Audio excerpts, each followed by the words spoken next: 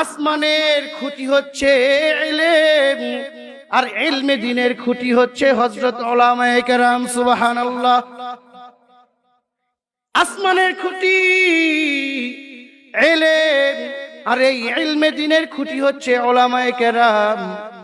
অর্থাৎ উলামারা যতদিন দুনিয়াতে আছে ততদিন আসমান ঠিক থাকবে, জমিন ঠিক থাকবে।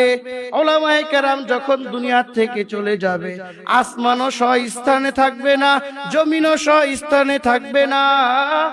আগের যুগে পয়গম্বর আলাইহিস সালাতু ওয়াস সালামরা ইলমে দ্বীনের ধারক বাহক ছিলেন।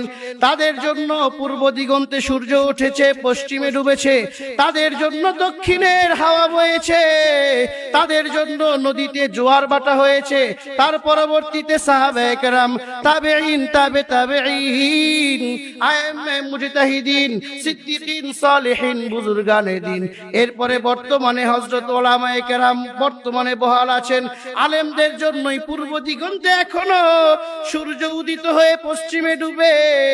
আলেমরা আছি বিদায় এখনো দক্ষিণে হাওয়া বয়।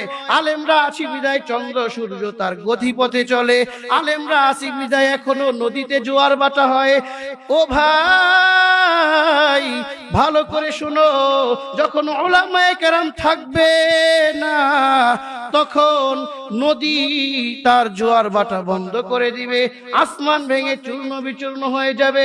উলামায়ে কেরাম যখন থাকবে না, আল্লাহ তাআলা কিয়ামত করে পৃথিবীকে ধ্বংস করে দিবেন। ঠিক কিনা বলেন?